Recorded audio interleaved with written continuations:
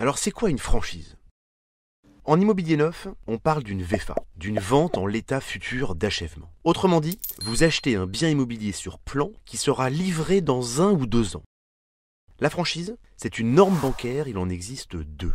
La première, la franchise totale, très confortable. Elle vous permet de ne rien rembourser, ni capital, ni intérêt, pendant toute la durée des travaux, et ce jusqu'à la livraison effective du bien. En fait, c'est un peu comme une pièce de monnaie. Côté pile, la banque va débloquer de l'argent au fur et à mesure des appels de fonds liés aux travaux. Ces appels de fonds ont lieu tous les 3 mois généralement, avec une attestation de l'architecte stipulant l'avancée précise de ces travaux.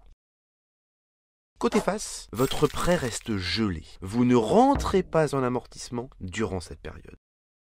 Pour l'investissement à but locatif, cela vous évite de commencer à rembourser des mensualités de crédit alors que votre bien n'est pas encore en location.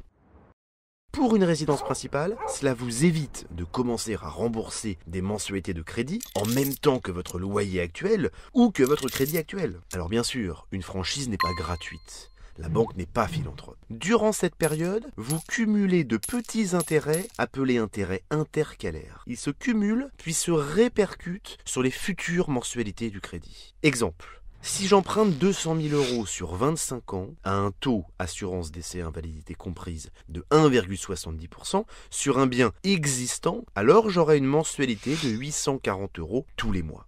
Si j'emprunte cette même somme sur la même durée et au même taux, sur un bien immobilier livré dans 2 ans, alors j'aurai une future mensualité de 856 € par mois. 16 € par mois sur la durée du crédit, c'est le coût du confort et de la tranquillité pour traverser toute la durée du chantier sans difficulté.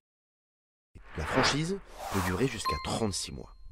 Maintenant la franchise partielle, l'alternative. Vous pouvez également décider de commencer à rembourser tout de suite les intérêts d'emprunt au prorata des appels de fonds liés à ces travaux. Cela évite fondamentalement de cumuler des intérêts sur des intérêts, mais cela oblige à y consacrer un peu d'argent tout de suite tous les mois, sans effet de levier en face. Si l'on reprend le même exemple que tout à l'heure, avec une franchise partielle, il me faudra injecter au moins une centaine d'euros tous les mois la première année du chantier et au moins environ 200 € tous les mois la seconde année du chantier. En résumé, pour une toute première acquisition, la franchise totale est conseillée car très confortable. Pour quelqu'un de plus rompu à l'exercice, la franchise partielle est plutôt recommandée.